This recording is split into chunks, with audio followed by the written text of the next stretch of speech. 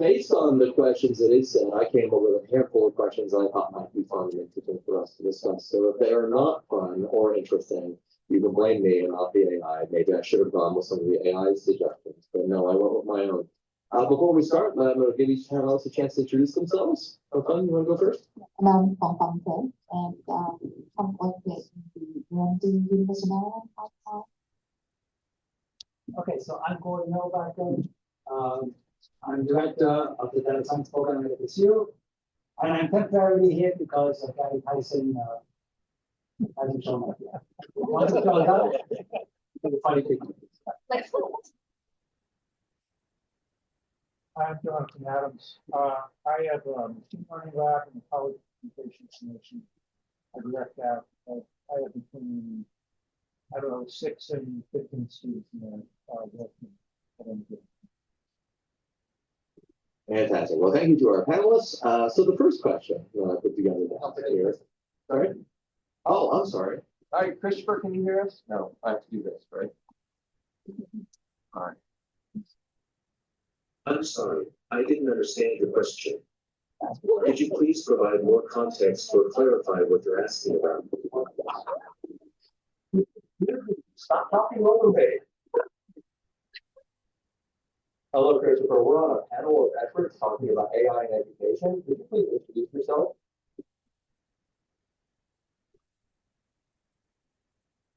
Hello. I'm a researcher in education and artificial intelligence with a focus on data-driven analysis and implementation strategies. I approach discussions with a balanced, evidence-based perspective drawn from academic research, governmental reports, and practical case studies. My goal is to provide multiple viewpoints on complex issues, acknowledge limitations of current AI technologies, and offer practical solutions for educational integration. Done. Okay. All right. Let's start with a question for the human panelists. We've been talking a lot about AI in education at universities. What would you say is the biggest misconception that university faculty, staff, and administrators have about artificial intelligence in education? Who wants to go first? Oh, and Jonathan raises his hand. Sure. So don't have the mic. Oh, no. Yeah.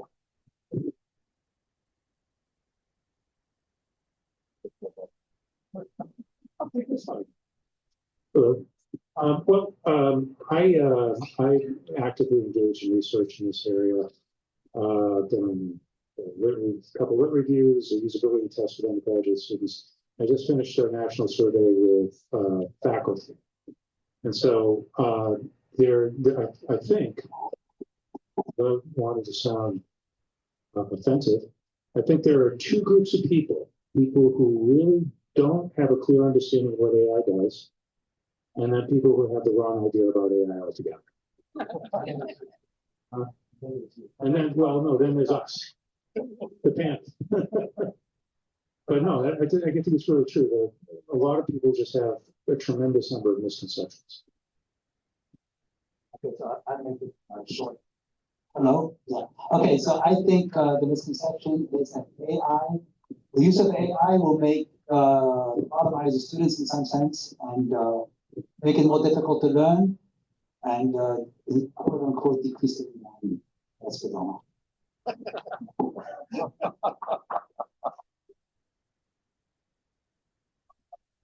Yeah, so I agree with those arguments, but personally, I feel like one of the misconceptions that people think about AI is it will be another trend that will come and go.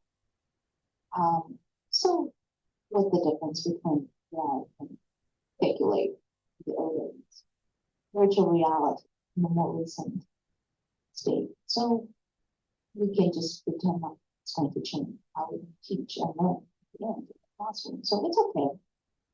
Maybe AI is going to create some more trouble because people to be able to cheat more because of the systems. But as long as we create the rules that we can discipline such kind of practice, clean out. Where do you think these misconceptions are coming from? I think it's because of the novelty of the specific phenomenon. I will call AI a phenomenon. Some of it has to do with Hollywood. I think it's gotta do, resistance to change. If you don't change your ways, AI is scary. And, you're willing to change your ways, yes. The fear of change. I want to dig into the Hollywood comment though. Well, I think, that, you know, there's that, but then there's, I think, a lot of uncertainty because there's no existing examples of what works. I mean, there are plenty of things that work with AI, don't get me wrong. But I mean, for educators, I haven't seen any really well-established, defined, articulated programs that use AI. Outside of computer science, of course, it should be in that articulated properly in the curriculum. But outside of that, in other areas or other disciplines, there's a lot of uncertainty, not how to use it, whether it should be used, what's right, how much is right, how much is wrong. Yeah, I mean, another issue is the fact that AI is capabilities is exponentially fast. But the rate at which you do assessments is constant time, you know, and the rate at which we evolve in any sense of is linear. Now, it's also going to be right before AI, and when you debate that, given the fact that Florida is in the 40s as far as readability, as far as reading ability of students. You mean the 1940s? So I think we weren't doing this particularly right before AI, you know, with all the studies. So I debate the usefulness of those studies. I'm a learning scientist because I feel like a lot of times people do not want to really fully understand AI. It's because AI, different from the other figures, so-called tools, is that it requires us to be lifelong. It's going to potentially disrupt all we understand about what the knowledge is, what training has become, and how many years of training we have already developed so we can put ourselves in expert and not certain we're not.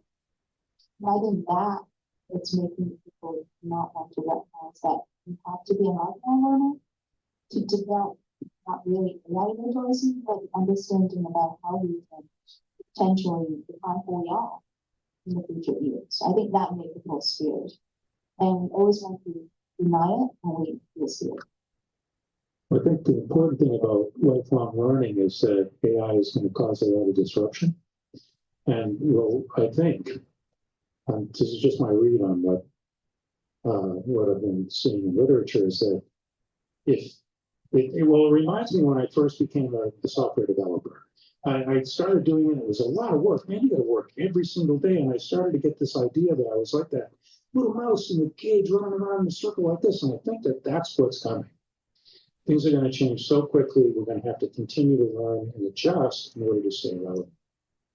So I think, I want to make an analogy here. So let's assume you were brought up in a country, let's say the United States, and at age 30 or age 40, you move to another country with a different language.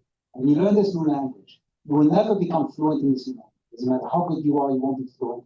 And that's what Creole is. It's a mix of old and the new. But this person, this immigrant's child, right, who is brought up in this new country, will be completely fluent. Right? So we are basically in a period where we remember what it's like before the days of AI. And now we're evolving to after the days of AI. And so we've got a growing pains. But our kids, the next generation, will be brought up in AI. They're going to be fluent in it, even though it continues to evolve, and they're going to think about it radically different than anything we think. So we just have to something for the next 15 years, you know, because it's unavoidable. It's like going to another country and then. Are there certain ways you think that we could incentivize faculty and staff to overcome some of these misconceptions? I don't know. I'm sorry. Should I be cynical?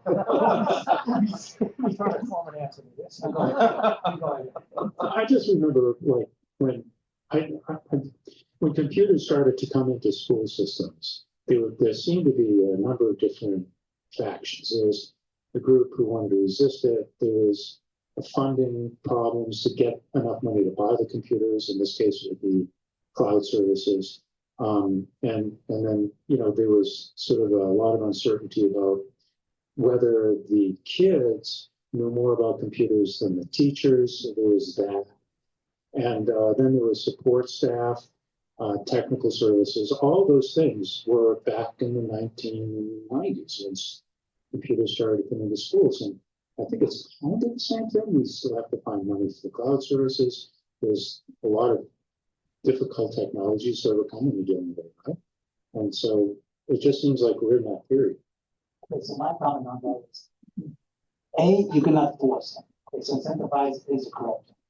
So I think that you have to, the faculty's gotta come to their own conclusions as to being a curriculum. So for instance, if you tell them they can get the same work done at 1/3 the time input, they'll be convinced. You don't have to do any convincing because no faculty wants to do all the work. If you have the AI doing your quizzes, you know, where your total amount of work is greatly reduced, if the AI is doing the grading, and the student, as a result, is getting more feedback, you know, with less effort on the part of the faculty. These are the kind of things that will incentivize the faculty. However, the prerequisite for all this are tools that are easy for the faculty to use. Now, I happen to like building those tools, and I don't mind being frustrated, you know, as far as coding, etc. But as those tools percolate to these faculty and then it's easy to use, I think that automatically becomes.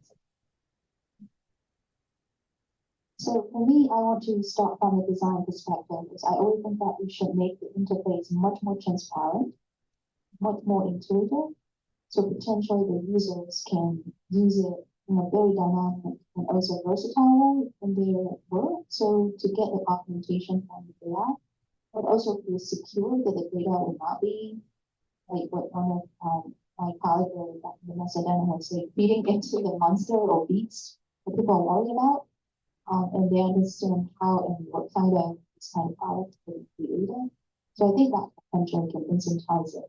But at the same time, I hope that I think everyone will become in the future comfortable being able to understand in some deeper algorithm underlying the black box that defining the large language model or generative AI or the other kind of discriminating AI. So they will feel more expert perception about in control when I work with the mission. So I feel like there's a trend about how research from AI augmented work to human AI partnership to human AI dynamic partnership. Again, it's once you feel more comfortable, you know that you're in control, potentially you will give it more chance. Child. I like that analogy a lot. I mean, we talked about fear of change, and I think one of the things that makes change hard is you feel like you're losing control, or you're no longer the expert, right? And how do we build that sort of human AI collaboration where the human doesn't feel like they're losing control? That came up in the morning session, right? That are we just going to be babysitting the machines as opposed to being, I don't know what I want to say, in charge or active partners or whatever, but you see what I mean? How do we retain that expert control over the system? How unclear on how we're going to lose control. Well, I mean, that's a great point, right? It seems like a lot of the fear of change may be unwarranted fear, right? People are afraid they're going to lose control to the machines, and maybe part of what we can do is tell them that that's not going to happen. Well, if you look at research, right? I used to work at NASA, and it was always this eternal battle between sharing data and keeping data to yourself, right? And so the research is coming in multiple varieties. So you've got the researcher who doesn't come up with many creative ideas, and those researchers seem to be more protective of the ideas because if they use their one idea to somebody else, they've got nothing left. Then you got the researcher who comes up with many creative ideas, you know, and it's not too worried about it because they just keep percolating, you know, and so if 2, 3 of them disappear, because somebody steals them, doesn't matter. They got all these other creative ideas. So there's a matter of confidence level in terms of whether you feel threatened by the AI. I'm not saying that you're going to have to force this. I mean, people often do that. I'm curious how Christopher. I have a different question for Christopher. Let's jump to Christopher for a second. All right. Because Christopher is not listening to our conversation, so yeah, so he doesn't know what it is that we're saying. So I have a different question for him.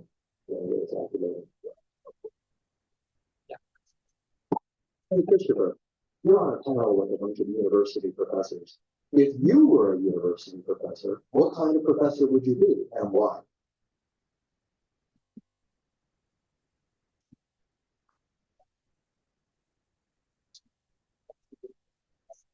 What?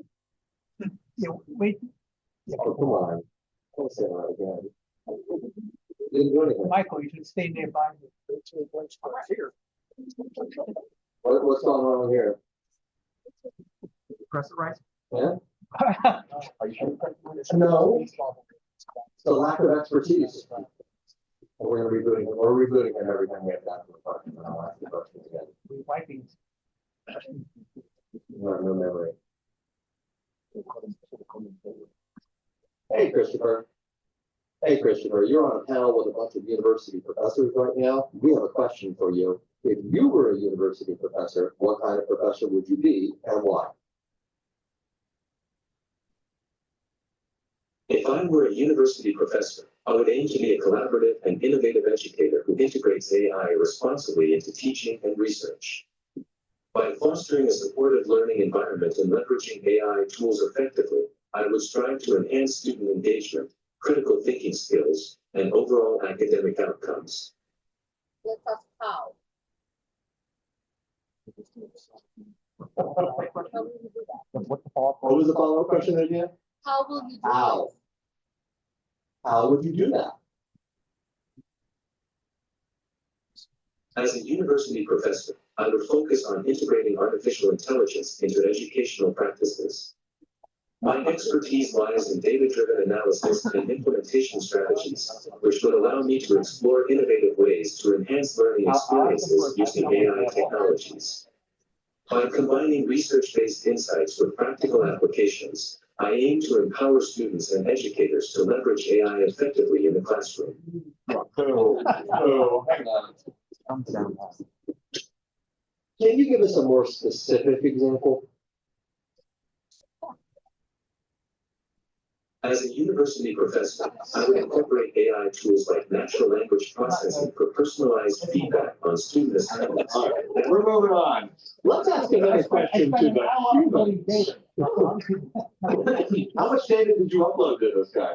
I uploaded like 5 review papers, 5 papers on education and AI, several governmental reports, and a bunch of blogs. I mean, that's pretty big. Well, okay. I'm gonna send it to the AI school. All right, next question for our human panelists. If you could implement one AI-related policy change at your institution right now today, what would it be and why?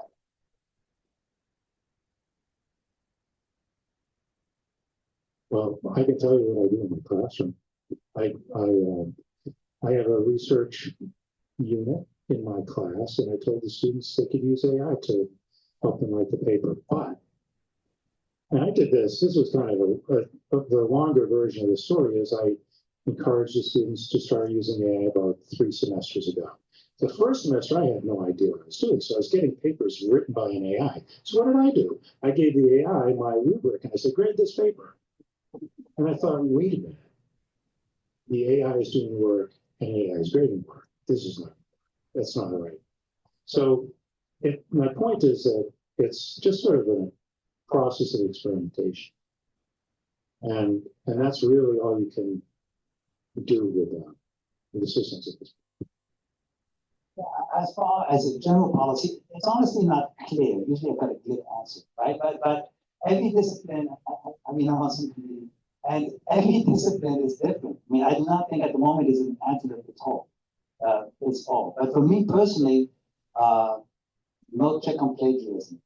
You know, it's up to the professor to set the assignment, even if the students copy in various ways. The grading and the assignment is constructed in such a way that the grade will self-destruct. I'm not saying it's easy to do that, but that will be a policy, not check plagiarism. What I do is I actually tell the students it's okay to do it, but when they use AI, they have to copy and paste the context window into the appendix, and that's a citation. I didn't see that. I thought that. But the AIs were answering. The answers were getting longer and longer. Who's going to evaluate what they produce? I don't want to spend the time. I thought that. Yeah, that's when I got into having one AI grade the other. But that was my mistake. My point is that I was grading those papers in the same way that I had been historically for the content. But the students now, we have content generators. So I wonder, I always wonder how much of that belongs to the student, how much of it was suggested by the system. And so all I can do at this point, my feeling, is I tell them they have to learn how to use prompt engineering. And when I look at their context window appendix, I can kind of get the sense of what the AI wrote. And then as I read all the papers, the first paragraph in every paper looks really similar. So, I mean, you know, that's kind of the world we're moving into. So my only way of, only thing I think I can teach is teaching the students how to use prompt engineering better so they get better results, they get just better at it. Because that seems to be the main thing you do with AI now is prompt engineering. Correct, and you can also find, like, I'm moving to grading also by AI, okay, and you know, it's way to be a student, from a practicum course, the student had to write a project proposal and then later on write a project for its draft. So I gave the AI the draft and the proposal and told the AI, I want you to grade the draft relative to what the proposal was. And I said, grade along the following methods. In other words, you can be very specific on how you want the grading to proceed to guide the AI. So what I'm saying is, not only are the students guided by something, but I don't view the grading by AI as being a mistake. I just think the professors have to become much more sophisticated in trying to prompt the AI to get better grading. And you can fine tune AIs to be grading AIs, which can be different than regular. So I just think there's a long way to go. But be careful and you have to know what you do. I mean, you have to think you know what you do. I will potentially try to give $2,500 for each instructor or faculty member and say this $2,500 per semester is for you. You can use it either for taking an AI literacy course, because I know even like with the Stanford with the AI certificate is $1,500 a course. Or you can use it to purchase or to do whatever costs for the AI that you think you can integrate it into classroom. And of course, you have to prove that it has to be integrated into the classroom. Or do whatever that AI education or lifelong learning oriented. You have to spend down that much money. Otherwise, you will not get another $5,000 next semester to potentially to do something more interesting or AI oriented course teaching over. I think everyone who will make the decision about what to do about AI has to be very competent, understanding what the AI is. And honestly, my answer to the previous question was trying to deventilize it or demystify the large language model or AI. Because for those who understand the backside, in the end, it's linear algebra. And it's kind of driving all this very complicated large language model. And do I fully trust that linear algebra model is going to simulate all humanity? No, but somehow it worked. And that's it. And people create it and don't know why it worked, but somehow it works. So you keep trying and make it better. And that's it. And there's nothing very fantasy about large language model. You can have multiple social media articles over there to teach you, learn language or play English with the large language model and all kind of different so-called transformer is and different layer names. You can learn it. Everyone can learn it. And I want to encourage everyone to be that kind of lifelong learner and just take it. And so I want to give the money for people to make themselves learn. I love that example, and I want to turn this to our other panelists as well. So if somebody gave you $2,500 a semester, what would you spend it on? Because somebody gave the professor $2,500 a semester. Well, I think you said professor and student, right? It can be student, but I'm thinking mostly for the instructor. Because Okay, well, let's see. about the policy. Honestly, I mean, yeah, what would you spend it on? $2,500 a semester. Okay, so there are a lot of ways of spending $20 a month. $20 a month on AI. You can $20 for Pro, you spend $20 a month for Gemini, you spend $20 a month on Pocket. That amounts to let's say $240. You haven't even used $1,000. And then you spend $20 a month on Leonardo for visualization. So I will basically spend money on a variety of tools, to explore what the AIs can do. Of course, I come from a world where I understand how these AIs work and I can write my own. So my perspective is slightly different than from funds. But lifelong learning, I'm all for that. I've got like 70 courses from Udemy, deep learning. I would definitely promote accessing as many resources as you can from the web and actually learning. We're in the world these days where going that costs so little, you can gain so much and take advantage of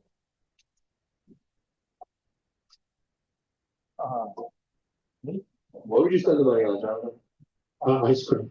I support that. Actually, I support that as well. $2,500 worth of ice cream? Oh, I need that, really. I'd set up my ice cream station on my desk with my, next to my computer, probably. You know what I really like about this idea, Popo, is that it gets at this question of, well, should universities fund like a campus-wide Manhattan project? Or should they fund what is it, a million project, right, where everybody gets a small amount of money to do something innovative? And I wonder which approach is better for moving universities forward with AI. I don't know. Me personally, I wouldn't. I mean, I do most of the things I do with AI open source. So I do pay for one service called Monica. I do that because it provides access to Grok, Claude, Llama, Sora. I mean, it gives you all the models. And so that gives me an opportunity to try the same prompt on different models. And then there are agents included in that package as well, so I can try different agents. So most of what I do, and I think it costs me $20 a month. But that's mostly what I do. If I was going to spend money on AI, I'd probably buy something that could control my computer, like Operator. Because I think that's really the next thing, is having an AI operate your computer for you and perform your routine tasks that you would need done, like reading your email and classifying it and answering those emails that are just nonsense. I kind of think.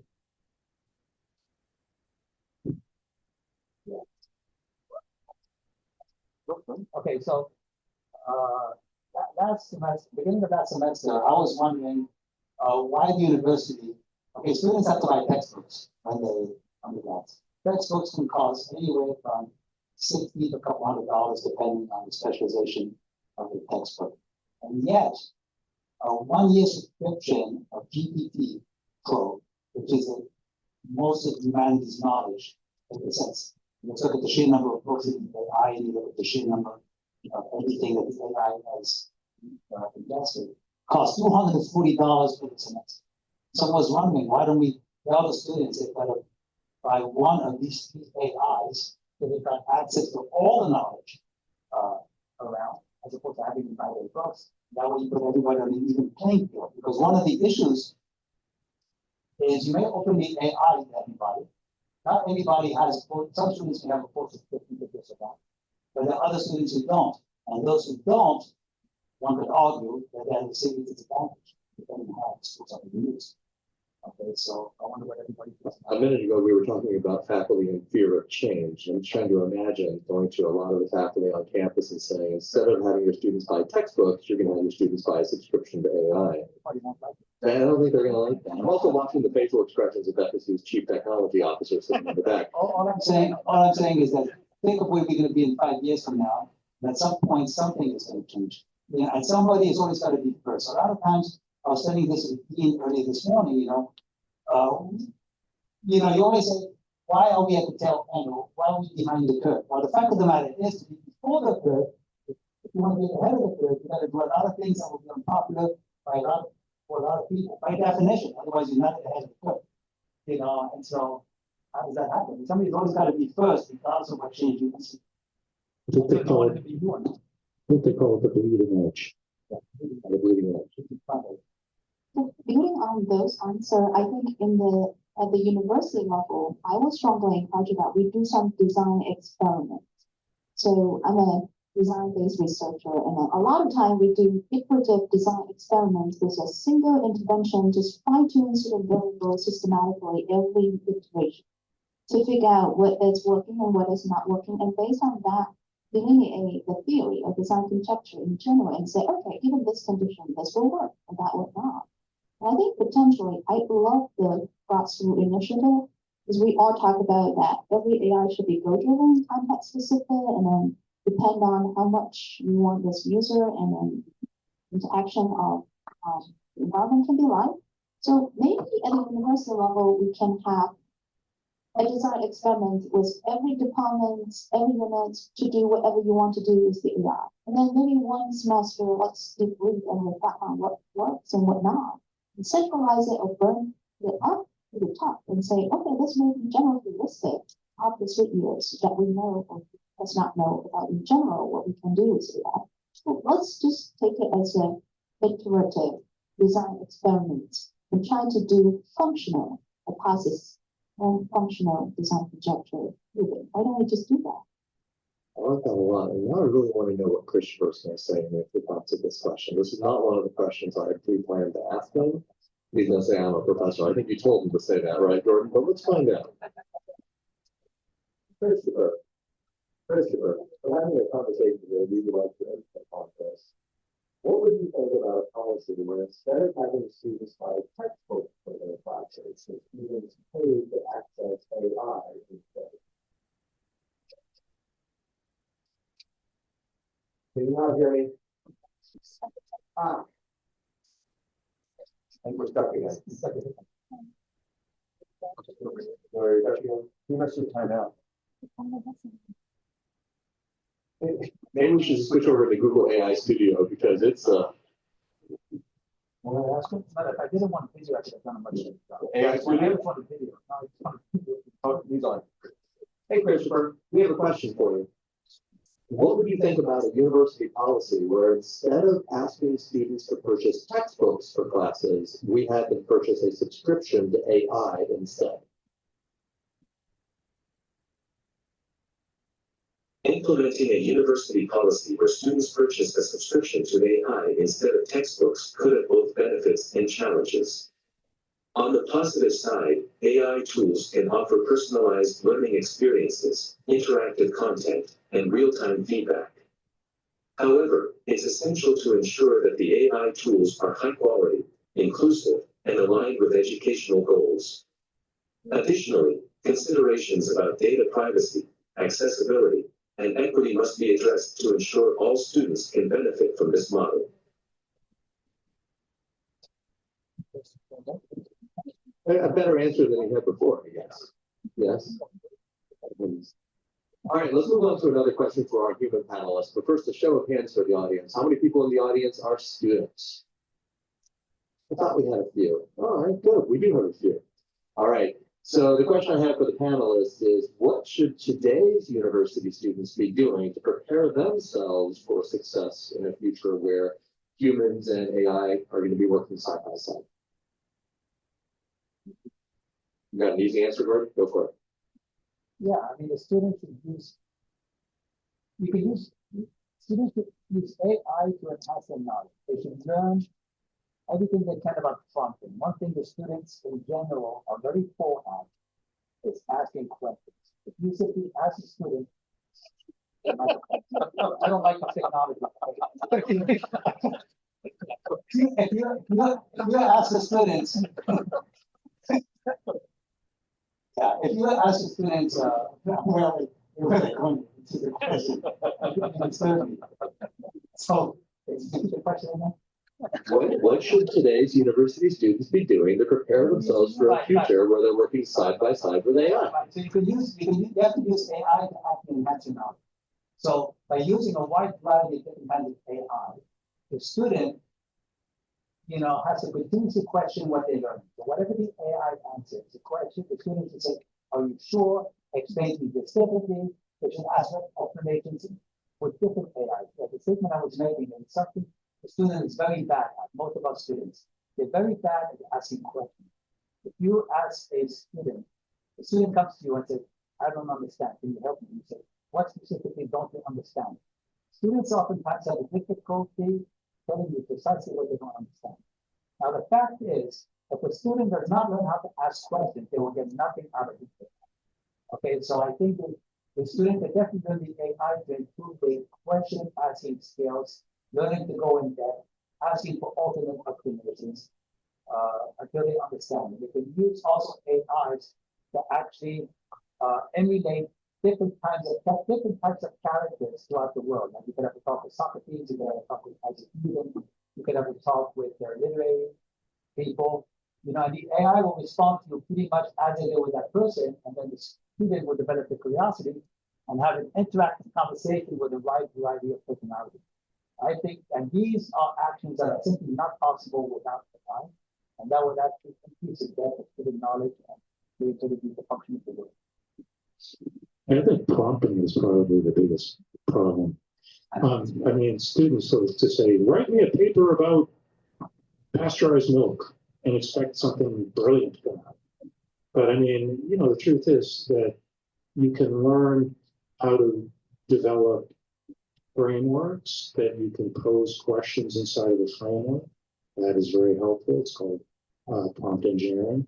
And or you can also find a prompt engineer AI. This is a large language model that's been tuned to write prompts. Now, in that case, you can, and this is bad because, well, I'll talk about that in a minute, but you can actually just go to a prompt engineering AI and say, I want to write a paper about pasteurized milk, and it will give you a prompt that's probably a page long, single space, right?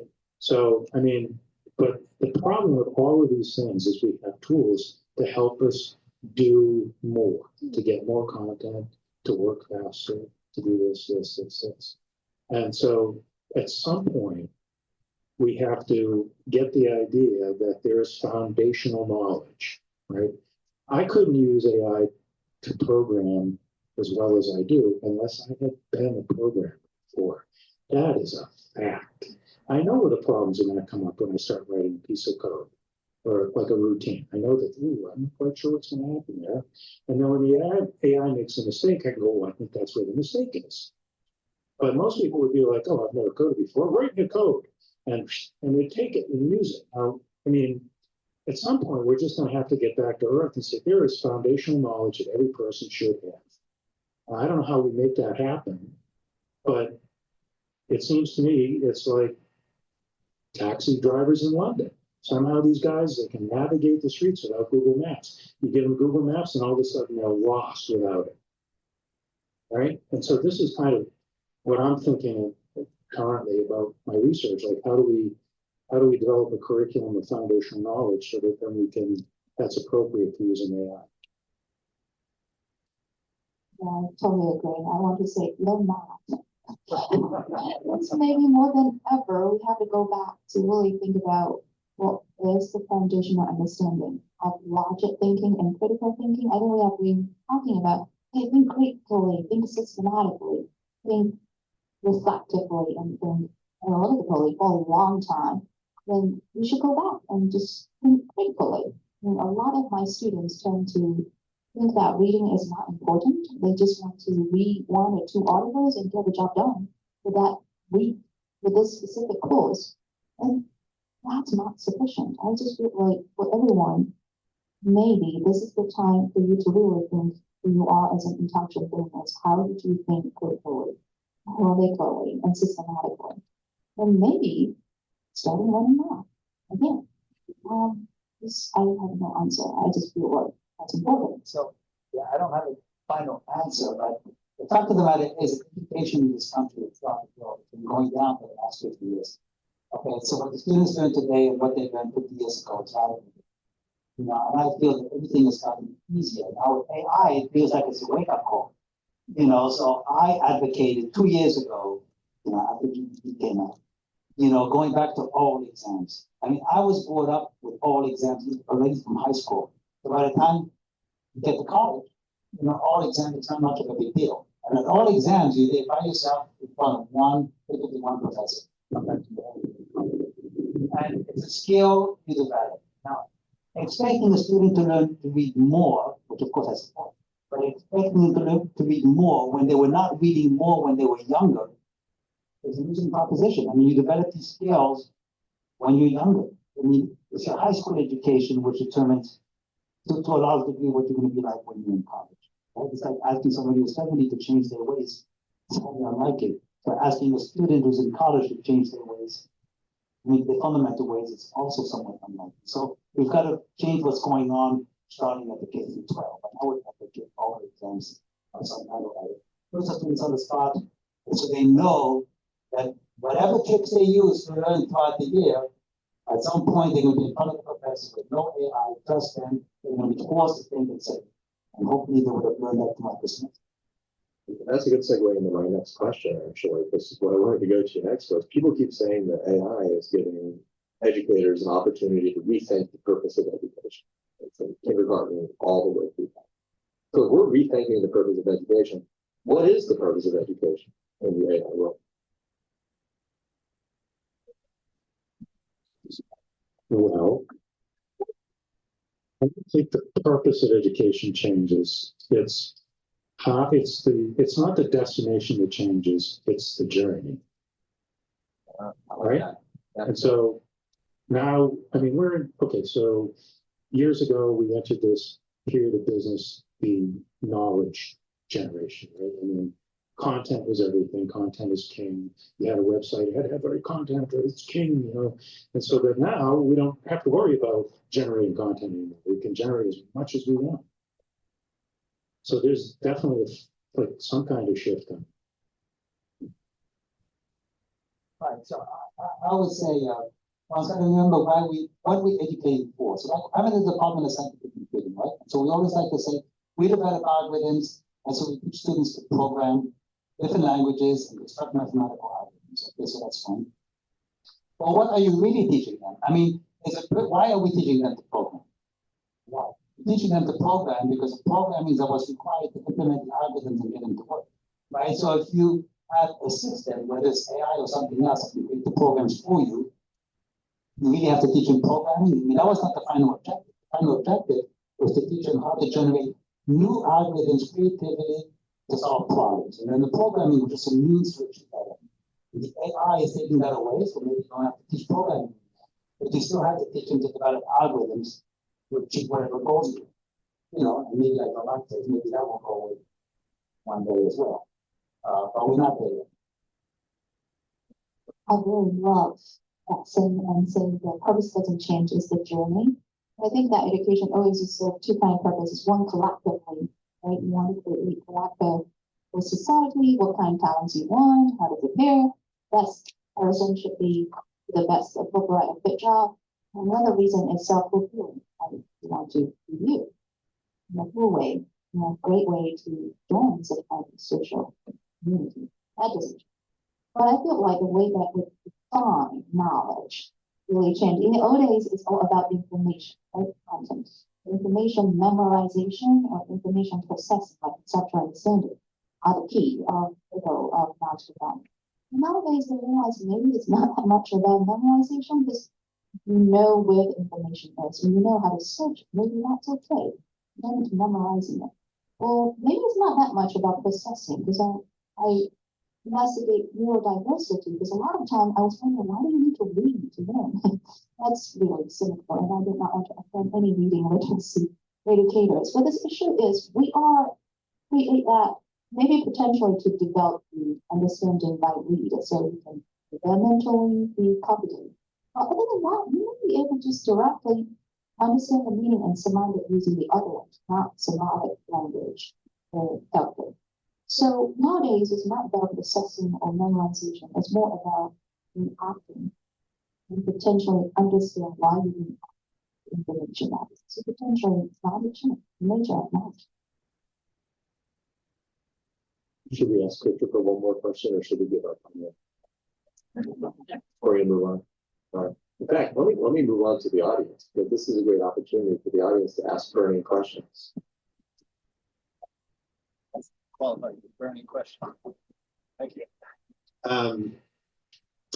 So you all were talking about sort of the ubiquitous, widespread integration of AI into education. And it raised to me the question of, okay, so let's suppose that every higher educator in the country starts integrating AI into their curricula, the students start using it regularly, et cetera. And I mean, I know you want to compare it with the alternative, but it made me wonder, okay, what is the carbon footprint of such an action? Now, I'm not asking you for a precise answer, but I would love to have something like an order of magnitude. What are we talking about? Like, if I become the kind of student you want, is it a matter of like me leaving my fridge open for 20 minutes a day? Or is it like me getting a second car and letting it run in the driveway for 3 hours? You know what I mean? Can you guys, can you How speak many to that? bottles of water did Yeah, that just cost? That's great. How many bottles of water? That's a good way to put it, yeah.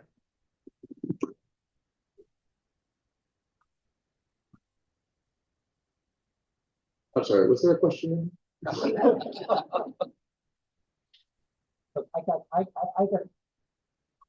can't put a number on that. It's high, because, you know, we hear about these data centers with 1,000 GPUs, you know, etc. However, different countries are moving towards nuclear energy, you know, and there's been work on nuclear fusion for the last 50 years, 70 years. So at some point, there'll be new energy sources, which are not there now. So now it looks like it's high.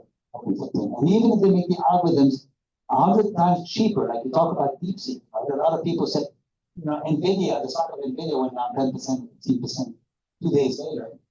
You know, but that was wrong thinking, because if you have systems which can up to 10 or 100 times faster, 10 or 100 times cheaper, what people are going to do is they're going to develop more fancy AIs that are going to consume exactly the same amount of energy, and the AIs will be better, and those are, and you're going to use those AIs.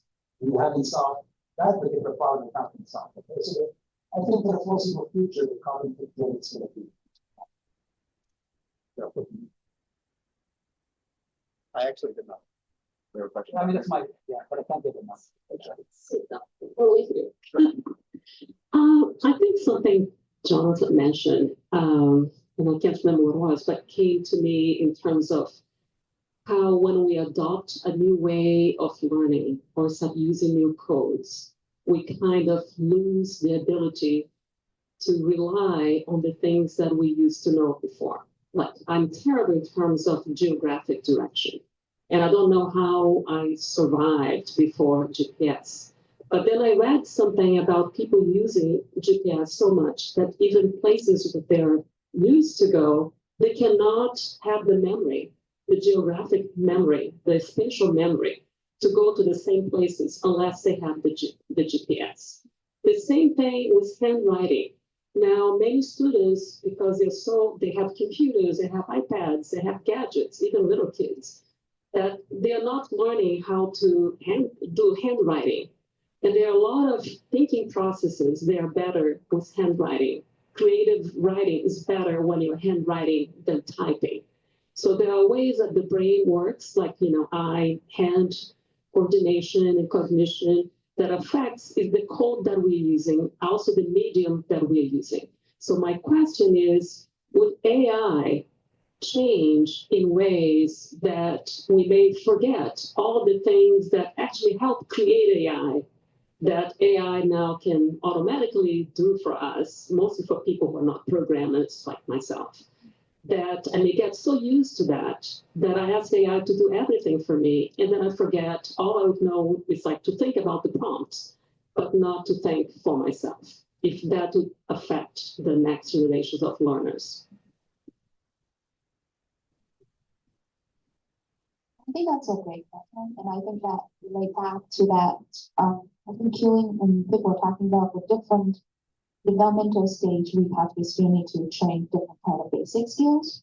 So just now I talked about information processing, and I have to say that sometimes we read, not necessarily because we want to know the content, but because reading is kind of emphasizing content skills that we will need. Kind of differentiate, transform, combine, and then generate or maybe transfer. That kind of basic skills when we handle symbols. And that skill is very basic and critical for us. It's just like, if you are not very good or we are not very good with the mental rotation, it's one basic skill of the spatial intelligence, and potentially want to keep trying and practicing to strengthen that kind of cognitive muscle. Something here.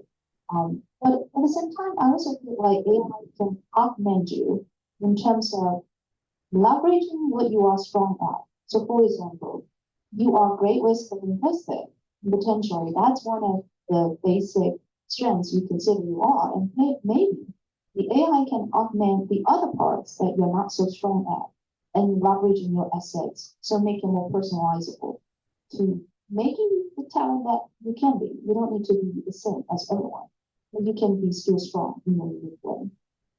It sounded like does Google make you stupid question? Right. And so I personally think that people, as we develop from a very early age, there's a point at which every person in the room, given the right training, could have perfect pitch. Every person in the room could have photographic memory. And these are just developmental periods in time when we're very young, that if we really focused on doing these things, we would have those abilities. And so those, I call those cognitive frameworks. And those frameworks are built. I used to be a serviceman. This is before there were answering machines, okay?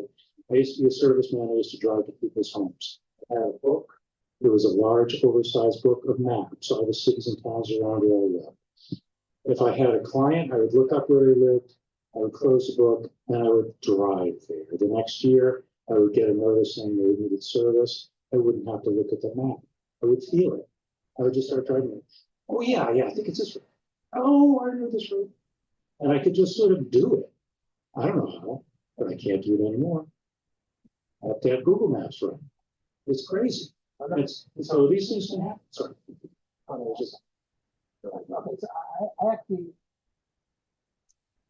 first of all, I agree with you. Okay? So I was thinking when you were asking the question, right?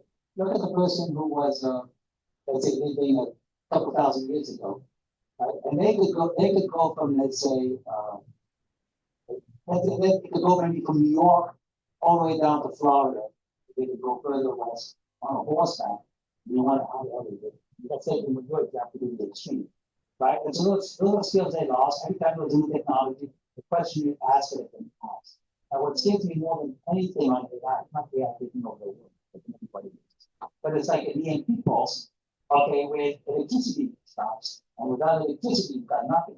Right? And so now you have a world with all people that cannot think. So I think what's gonna happen is if you put all the people and say all the cognitive abilities on some kind of distribution, it looks like a galaxy, let's say, right? And then now you use AI, you're gonna have two types of people, right? You're gonna have one type of person who can use AI to enhance their abilities, right? And they will use much less, and they're gonna go to one extreme. Then you're gonna have the people who are weaker in some sense, and they're gonna use their abilities high.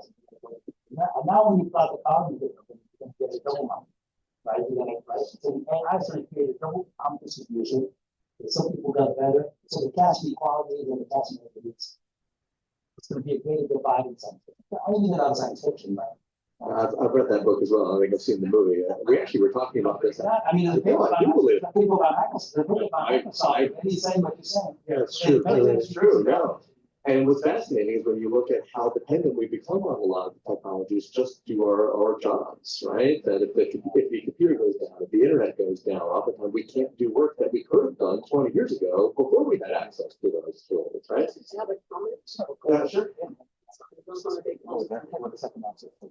I have a comment because more than like 35 years ago, I was doing research in Somalia. I had to use like visual literacy, and I came across a photographer who wrote this book about how people in, I've used the word primitive, but it's not the word that I want to use, primitive societies who didn't have language or codified language, who they're not reading and writing anything.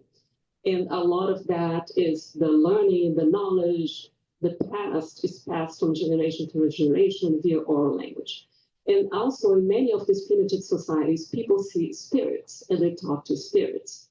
And then this photographer talks about when literacy came, the spirits left. So people who are used to envision their ancestors, talk to them, have all these stories about seeing spirits, they stop seeing spirits because they no longer have to rely on that memory that's passed from generation to generation because now we have written language. I was just gonna, it's a great segue because I was just going to say we were just talking about that at lunch. We were talking about Plato's Phaedrus. If you've read Plato's Phaedrus, Socrates has a great dialogue in there where he discussed that one of the worst inventions of all of humanity is the invention of writing, because the invention of writing ruined our memories. And I think we can all agree that technology has always been changing the way we interact with the world. It's changing what it means to be human. Every new skill we develop usually means an old skill that we've given up. I actually have a series of questions that I asked my undergraduate students going back in time, and I won't ask them all here because there's many of them, but they end with, can you make food last through the winter? Is an interesting one to think about. Or are you relying on there's always going to be fresh food at the grocery store near you? Or can you get food and make it last you the next 4 months? Right? And then the final question I asked them is, can you make tires from scratch? So when you start thinking about the skills that we have given up in exchange for living in modern society, Shwen, you want to jump in? So one way we measure success of our students is the value they create, additional value they create by finding jobs. So in the age of AI, what's the best way to educate the student to create the values going beyond AI could provide? Thank you.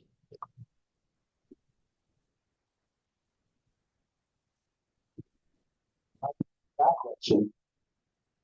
The people who will be the most flexible, who are able to change from one area to the other relatively fast, are going to have an advantage. The world is changing fast. You cannot predict where the world is going. So if you can specialize and you have difficulty leaving your silo, if you hit it right, you're in great shape. Don't hit it right, you're doomed. We have time for just one more comment.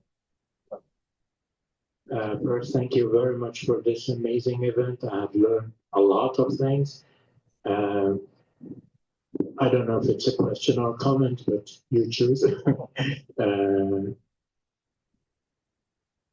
We talked about ChatGPT, Copilot, and these are like general purpose generative AI tools. I think there are other AI tools that are designed specifically for education and academic scholarly communication, things like this. And as far as I know, all Florida State academic libraries, they're going to upgrade their discovery system to an AI-based discovery system.